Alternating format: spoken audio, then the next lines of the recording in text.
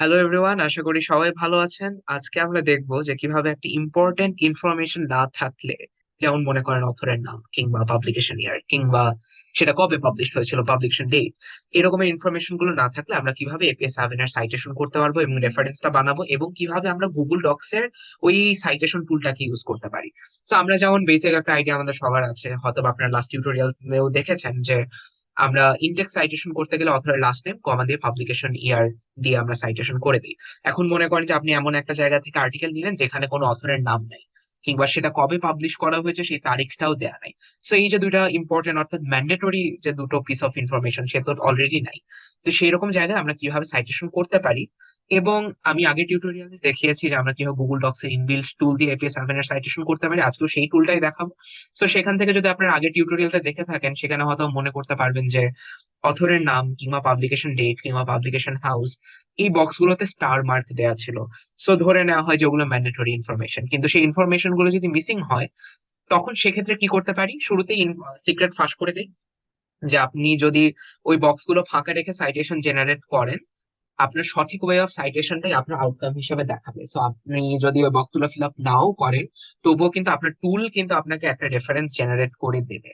তো আপাতত আমরা আগে তিন রকমের স্যাম্পল দেখি। যে প্রথম স্যাম্পলে আমরা দেখবো যে কিভাবে অথরের নাম না থাকলে সাইটেশন করতে হয়, পরেরটাতে দেখবো কিভাবে পাবলিকেশনের নাম না থাকলে রেফারেন্স বানাতে হয়, এবং লাস্টে দেখবো যে কিভাবে তারিখ না থাকলে একটা ইনডেক্স সাইটেশন কিংবা রেফারেন্স আমরা বানাতে পারি। সো আমরা ওয়ান বাই ওয়ান যাই, প্রত্যেকটাই আমরা এই টুল ধরে ধরে করি, নিজেদের ইচ্ছা মতো মনের মাধুরী মিশে একটা স্যাম্পল রেডি করি, যাতে আপনাদের চোখের অভ্যাসটা হয়। তো শুরুতে ধরে নেই যে আমরা একটা সেন্টেন্স নিয়েছি, কোনো একটা অথর মানে কোনো একটা আর্টিকেল থেকে আমরা সেন্টেন্স নিয়েছি যেখানে কোনো অথরের নাম নেই। ধরুন এই সেন্টেন্সটি এবিসিডি। সো এখন এটাকে আমরা ইনটেক্স সাইটেশন এবং রেফারেন্স দেব। সো শুরুতে আমরা আগের মতো আগে টুলসে চলে যাই, তারপরে সাইটেশনস, আমরা আবারও এপিএস 7 তে যাই। ধরে নিই আমরা এটি একটি বই থেকে নিয়েছি, বইটা ধরে নিলাম আমরা প্রিন্ট ভার্সনটা নিয়েছি। আমরা আইএসবিএন নিব না, আমরা সাইট ম্যানুয়ালিতে যাব। এখন অথরের নাম নেই, সো আমরা এই বক্সটাকে স্কিপ করে গেলাম। টাইটেল, ধরে নেই বইটার নাম গুড বুক, এবং পাবলিকেশন হচ্ছে বেস্ট পাবলিশার। পাবলিশড ইয়ার ধরে নিই এটা এবছরই পাবলিশড হয়েছে। এডিশন ধরে নিলাম 2, ভলিউম ধরে নিলাম 3। শর্ট টাইটেল নেই, মনে করেন ডিওআই চাচ্ছে, ধরে নিলাম আমাদের ডিওআইও নেই। এখন আমরা তো জানি যে কোনো একটা বই থেকে নিলে কিংবা কোনো আর্টিকেল থেকে নিলে ওই যে অথরের লাস্ট নেম আমাদের পাবলিকেশন ইয়ার। তো এখন তো আমার কাছে অথরের লাস্ট নেম নাই, কারণ অথরের নামই নাই, লাস্ট নেম তো তখনই থাকবে যখন নামটা থাকবে। সো আমি যদি এখন অ্যাড সাইটেশন সোর্সে ক্লিক করি, আমার ক্ষেত্রে দেখেন এখানে অথরের নাম ছাড়াই রেফারেন্সটা জেনারেট হয়ে গিয়েছে, এবং এটাই সঠিক রাস্তা। এখন মনে করেন যে এটা তো আমরা রেফারেন্সটা জেনারেট করলাম, এখন সেটা ইনটেক্স সাইটেশনে কিরকম দেখা যাবে। ইনটেক্স সাইটেশন করতে গেলে বাক্যের শেষ থেকে আগে আমরা ফুল স্টপটা উঠিয়ে দিই। তারপরে আমি যদি এখানে সাইটে ক্লিক করি, এই যে গুড বুক কমা দিয়ে 2023, ধরে নিয়ে এটা পেজ নাম্বার 19 থেকে নেওয়া। এখানে যে এই জিনিসটা মনে রাখতে হবে যে যখন অথরের থাকে না, এবং সেটা যদি কোনো একটা বই থেকে নেওয়া হয় লেখাটা, তখন অথরের লাস্ট নেমের জায়গায় বইয়ের নামটা থাকে ইনটেক্স সাইটেশনে, এবং বইয়ের নামটাকে ইটালিক করতে হয়, এবং কমা দিয়ে পাবলিকেশন ইয়ার থাকে, কমা দেওয়ার পরে লাস্টে পেজ নাম্বার থাকে।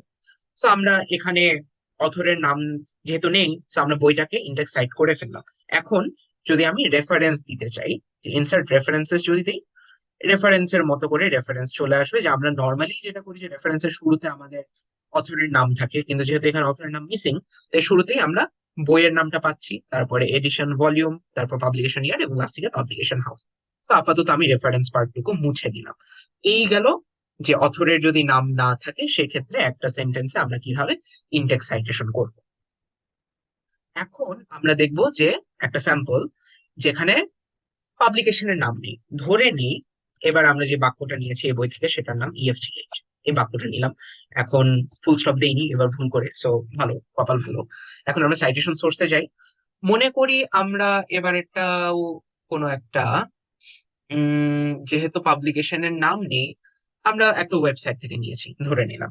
এখন ওয়েবসাইট থেকে নিলে সরাসরি ইউআরএল দিয়ে সার্চ করা সম্ভব, বাট তারপর আমরা নিব না, আমরা ইউআরএলটা নিচ্ছি না, আমরা সাইট ম্যানুয়ালি দিলাম।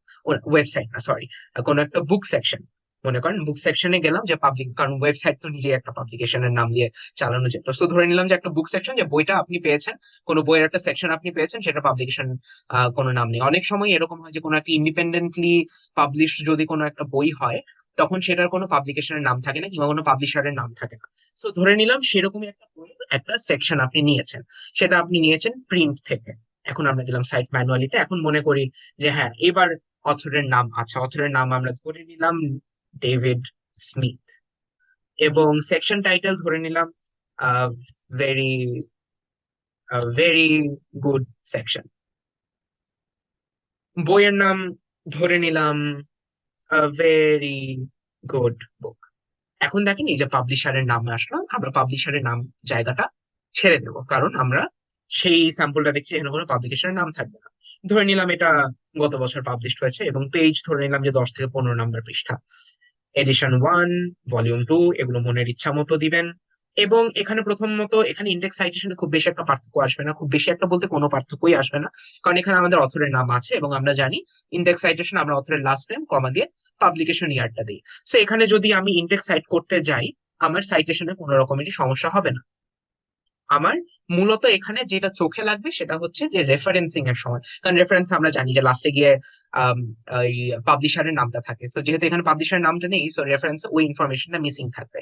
সো এখন আমি আগে অ্যাড সাইটেশন সোর্সে ক্লিক করলাম।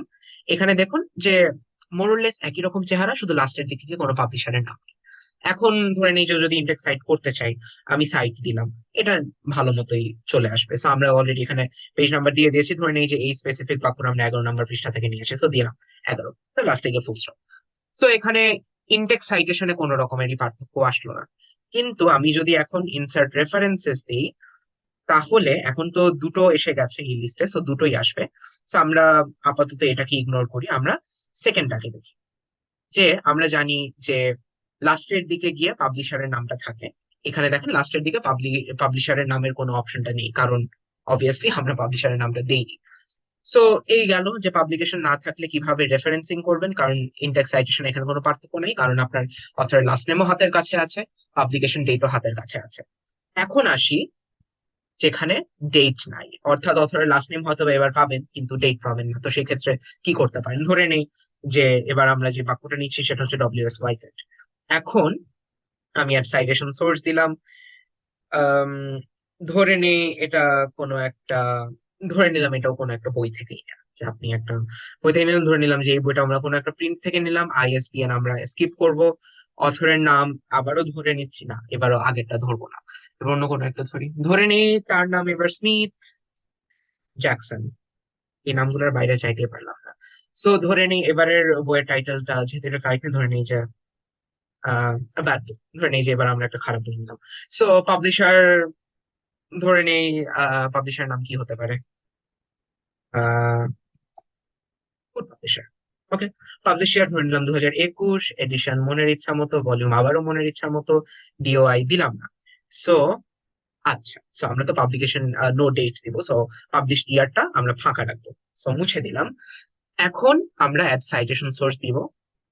এখানে দেখেন কোথায় গেল কোথায় গেল, এই এই ব্র্যাকেটে দেখেন যে অন্যগুলো সবগুলোতে কিন্তু তারিখ কিংবা বছর কোথাও না কোথাও আছে। এখানে দেখেন ND, অর্থাৎ ND মানে হচ্ছে নো ডেট, সোজা কথা। তো এখন আমি যদি এখানে সাইটেশন দিতে চাই, আমি ইন্ডেক্স সাইট ক্লিক করলাম, এখানে পেজ নাম্বারের অপশনটাতে ধরে নিলাম নাই, এখানে এই যে ND লেখাটা অটোমেটিক্যালি চলে আসবে। এই ND মানে হচ্ছে নো ডেট, এবং গুগল ডক্স কিন্তু আপনার বিহাফে ওই মিসিং ইনফরমেশনের জায়গায় যখন ডেট থাকছে না তখন নো ডেটটা যে দিতে হয় সেটা কিন্তু গুগল ডক্স আপনার পক্ষে করে দিল, দায়িত্বটা পালন করে দিল। তো আমাদের এখানে ইনটেক্স সাইটেশনটা রেডি। এখন আমরা রেফারেন্সেস দেখবো, ইনসার্ট রেফারেন্সেস দিলাম, আমরা এখানে মূলত জ্যাকসনেরটা দেখবো। সো আমরা বাকিগুলো কেটে দিচ্ছি, বাকিগুলো কেটে দিয়ে এখন আমরা যদি একটু সাইড বাই সাইড কম্পেয়ার করি, এখানে যেমন দেখেন যা গুড বুক সেকেন্ড এডিশন ভলিউম 3, এটার পরে ব্র্যাকেটে 2023 ছিল, কিংবা স্মিথেরটাই এখানে ব্র্যাকেটে 2022 ছিল, এখানে ব্র্যাকেটে ND দেয়া, ND অর্থাৎ নো ডেট। সো আমাদের এখানে বাদ বাকি জিনিস কিন্তু ঠিকঠাকই আছে। সো যেখানে যখন তারিখ থাকছে না তখন গিয়ে আসবে নো ডেট। এখন আমরা এটাকে মুছে দিই, ধরে নেই যে আমরা এখানে একই পেপারে 3টা সাইট করলাম, এখন আমরা লাস্টে গিয়ে আমাদের লেখা শেষ, এখন আমরা রেফারেন্সেস দিব, সো আমরা ইনসার্ট রেফারেন্সেস দিলাম। এবং আমরা এখন চেক করি যে শুরুতে আমরা জানি যে রেফারেন্স যখন আমরা লিস্টটা বানাই সেখানে অ্যালফাবেটিক্যাল অর্ডারে থাকতে হয়। তো এখানে দেখেন এস অ্যালফাবেটিক্যাল অর্ডারে আছে। প্রথমটাতে কোনো অথরের নাম নেই, তাই শুরুতে প্রথম ইনফরমেশনটাই হচ্ছে বইয়ের নাম, এবং বইয়ের নাম অনুযায়ী এটা অ্যালফাবেটিক্যাল অর্ডারে শুরুতে চলে এসেছে, এবং সেখানে আমরা বাদ বাকি ইনফরমেশন যেগুলো আছে সেগুলো ঠিকঠাক অ্যালাইনমেন্টে আছে। এবং পরেরটায় আমরা দেখছি, আম, কোথায় গেল, যে হ্যাঁ, এখানে জ্যাকসনেরটা কোনো তারিখ নাই, তো এখানে এনডি চলে এসেছে, ঠিকঠাক ভালো। পরেরটাতে কোনো পাবলিকেশন ইয়ার নাই, তাই দেখেন লাস্টে কোনো মানে কোনো পাবলিকেশন হাউসের নাম নেই, লাস্টে গিয়ে কোনো পাবলিকেশন নাম নেই। আগের দুটোতেই দেখেন যে এই যে বেস্ট পাবলিশার কিংবা গুড পাবলিশার, দুটোই কিন্তু পাবলিকেশন হাউসের নাম, দুটোই কিন্তু লাস্টে আসে। এবং এখানে দেখেন লাস্টে এই পেজ নাম্বারের পরে আর কোনো কিছু নাই।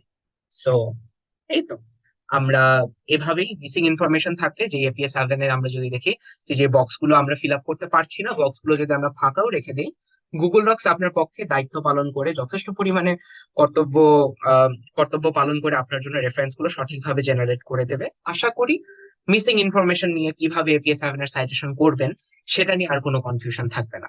So that is all for today, আশা করি এটা আপনাদের কাজে লাগবে। এবং এরকম যদি আরো কোনো বিষয় টিউটোরিয়াল চান, অবশ্যই কমেন্ট সেকশনে জানাবেন, আমি সেগুলো নিয়েও ভিডিও বানাবো। এবং হ্যাঁ, that's all, thank you so much for watching.